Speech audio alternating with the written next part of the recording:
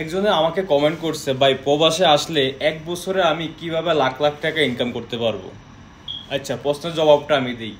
আপনি যদি 1 বছরের মাথায় আপনি লাখ লাখ টাকা ইনকাম করতে চান, তাহলে আপনাকে 3টা কাজ করতে হবে।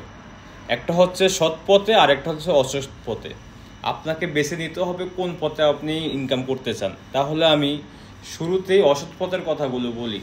আপনি যদি প্রবাসে আসেন, আপনি 1200 রিয়াল, 1300 রিয়াল, 1000 রিয়ালে বেতন চাকরি করে আপনি 10 বছরও কিছু করতে পারবেন না। তাহলে আপনাকে কি করতে হবে? আপনাকে অবশ্যই অন্য পন্থা অবলম্বন করতে হবে। যেমন ধরেন, আপনি প্রবাসে এসে 6 মাস থাকার পর আপনি দালালি শুরু করে দিলেন।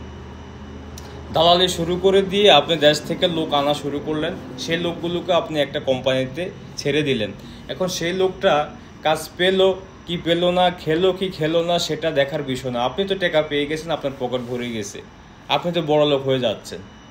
এই ধরনের পন্থা আপনি অবলম্বন করে অসাধু পন্থায় আপনি বড়লোক হতে পারবেন। এবার আসুন, সঠিক পথে কিভাবে আনবেন। সঠিক পথে আপনি 1 থেকে 2 বছরের মাথায় আপনি কিভাবে আপনি বড়লোক হবেন। বড়লোক হবেন বলতে কি, আপনি লাখ লাখ টাকা ইনকাম করতে পারবেন, কিন্তু ভালো একটা পর্যায়ে যেতে পারবেন সঠিক পন্থায়। এখন আপনি বেছে নিতে হবে আপনি কি সঠিক পন্থায় যাবেন নাকি অবৈধ পন্থায় যাবেন। অবশ্যই আমি মনে করি আমার দিক থেকে আমি সঠিক পন্থাটাই আমি বেছে নিব। কারণ আমার বেশি খাওয়ার দরকার নেই, আমার অল্প খেলে যথেষ্ট। তো শুরুতে আসি।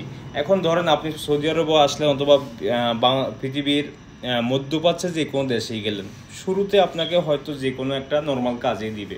আপনার ভিতরে যে প্রতিভা আছে, আপনি সেটাকে জাগ্রত করবেন, কষ্ট করবেন। কষ্ট করতে করতে করতে আপনাকে শুধু একক দিকে ধ্যান রাখলে হবে না, আপনাকে নানান দিকে আপনাকে মাথা চোখ কান খোলা রাখতে হবে। এখানে আপনি কাজ করতেছেন 1200 রিয়াল অথবা 1500 রিয়াল, এটার পাশাপাশি আপনি অন্য কিছু করার চেষ্টা করবেন। কারণ বর্তমান যুগটা এখন আপনার হাতের মুঠোয়। আপনি চাইলে আপনার মেধাটাকে বিকাশিত করতে পারেন। যে কোনো কাজ, যে কোনো কিছু আপনি যত দেখবেন, যত করবেন, তত শিখবেন। আর পরিশ্রম এমন একটা জিনিস যেটা করলে কখনো বৃথা যায় না। পৃথিবীর সব কিছু আপনার সাথে বেইমানি করে, কিন্তু পরিশ্রম কখনো বেইমানি করে না। আপনার লক্ষ্য যদি থাকে, আপনি সঠিক পন্থায় আপনি কিছু করবেন, তাহলে ইনশাল্লাহ আমি এতটুকু গ্যারান্টি দিয়ে বলতে পারি, উপরওয়ালা কাউকে নিরাশ করে না। আপনার ইচ্ছা শক্তিটা হচ্ছে মেন।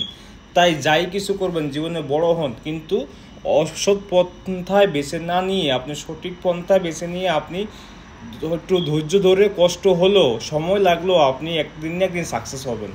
তাই কারো অল্পতে বড়লোক হওয়ার ইচ্ছা থাকলে সেটা মাঠে দিয়ে সঠিক পন্থায় কাজ করে যান, ইনশাল্লাহ